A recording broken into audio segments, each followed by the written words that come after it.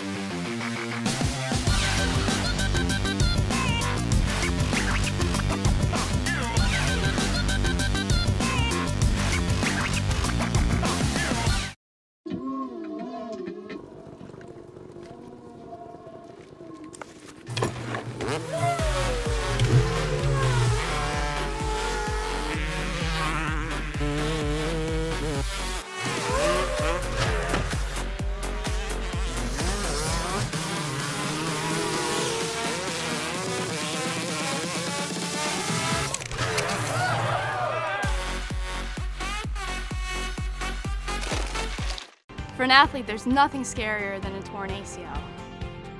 Athletes trust us with their care and their careers because we're a recognized leader in sports medicine. Get back to your active life sooner with MedStar Sports Medicine. Wise Market's ice cream plant is based in Sunbury, Pennsylvania, and locally owned and operated. We've been making our ice cream for nearly 50 years. We create roughly 70 flavors of ice cream right now.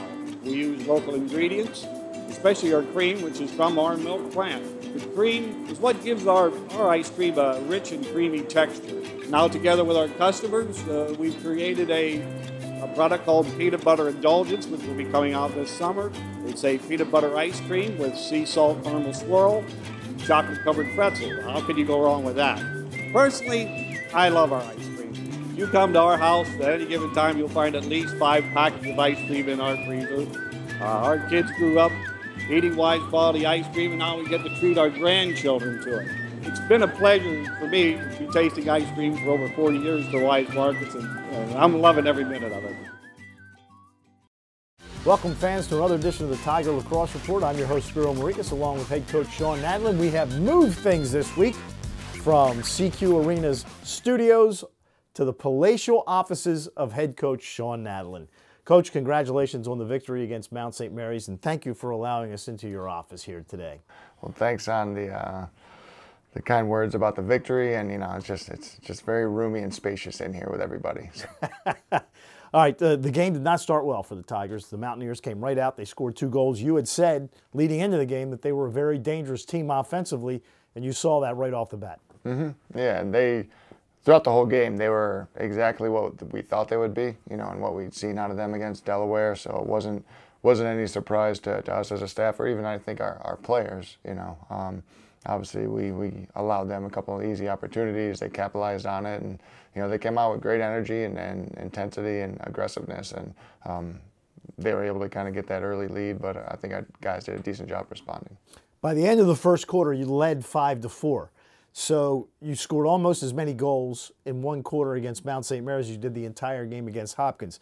Had to give the offensive players a little bit of a sigh of relief that they were getting things going. Yeah, and it was good to see our guys play aggressive, but with more poise. I mean, we were actually able to spin the ball around the perimeter without throwing it away, which was not the case in the game earlier. So it was good to see the offense kind of move the ball, be able to dodge aggressively and be able to get some shots off. Alex Woodall had a tremendous day. He had 21 face-off wins. He had 15 at halftime. And it looked like he had a shot to break the school record, which is held by Justin Berry. He had 25 against Loyola back in 2001. But Alex had success against Hopkins, but he wasn't able to contain the ball. This week, he didn't have the turnover problem he had against Hopkins.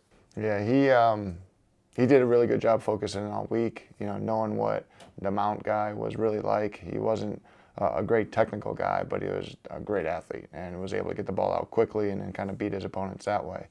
So Alex, really dialed into that. He worked on being able to keep the ball close to him, get it behind him, probably more so than he likes to go forward a lot, which he did in the game, and he was able to get some breaks. But he did a really good job dialing into kind of the game plan and what he needed to do to be successful. And he was still frustrated with himself, with the turnovers that he had. He knows he could have been better there. Second quarter, you outscore the Mount 7-1. You go into halftime with a 12-5 lead. What did you tell your troops there at the half? Yeah, we wanted to, we did some really good things, in regards to being able to generate good scoring opportunities and obviously pumping them in the goal. Defensively, we needed to get a little bit more in sync. We weren't, completely in sync there. We pulled our goalie at the end of the first quarter and put Josh in there. So whenever Josh is in there, we always worry about our clearing game, which came through in the fourth quarter and hurt us a little bit. But we wanted to make sure that everybody, knew that Mount was going to come out fired up. We wanted to keep the pedal down, and really keep the pressure on them. Coming out of halftime, we probably were a little more complacent than we needed to be coming out of half. So that's on us. This is the type of game that I guess coaches love and hate. That you love the fact that you won. The Mount did come roaring back, cut it. Eventually, you won by 2 goals. But at the same time, because your team didn't play a stellar ball game, you get their attention at practice, even though you got the victory. Mm-hmm. Yeah, and it was neat to feel the guys' reaction after the game. The guys, and I kind of had to pump them up a little bit because a lot of them were just like, I felt like we just lost a game, and the way that, we didn't handle the lead and allowed Mount to come back, I can understand that, but they still need to understand we did enough to win, which was great, and we were able to do that. Was it as clean as we wanted it to be? No, but this is game 2 with a lot of new faces, and we got to understand how to play better and cleaner. So again, that's, the fact that we were able to earn a win against a scrappy team and a team that was coming back on us, and we still kind of kept that cushion and kept our focus to win. That's awesome. Do we have a lot to work on and clean up? Absolutely. One old face, one new face with hat tricks this week. John Mazza, really the only offensive player back from last year. He gets a hat trick. And Brendan Sunday, who got a little bit of playing time, but he had the hat trick also on Saturday. Talk about those 2 performances. Yeah, it was great to see Brendan. Brendan was, Coach Ghilardi was pumping him with confidence all week. He's a big presence. He's got a size 15 shoe. The kid's a big boy that can be a tough matchup nightmare for teams, and he showed that. And it's great to see him get that confidence. Johnny came through, and he had a big game against Mount last year. I think he was excited about another opportunity this year, especially after the first game of the year, and get out there and get things rolling. So it's good to see him and, kind of Grant Maloof and some of those other guys really chip in. All right, so the Tigers beat the Mount 15-13. Towson back in action here at Johnny Unitas Stadium on Saturday afternoon at high noon when they will take on the Hoyas of Georgetown. Tune in later this week to TowsonTigers.com when Coach Nadelen and I will talk about the matchup with Georgetown. So for head coach Shawn Nadelen, I'm Spiro Morekas. Thanks for joining us for another edition of the Tiger Lacrosse Report. And as always, go Tigers.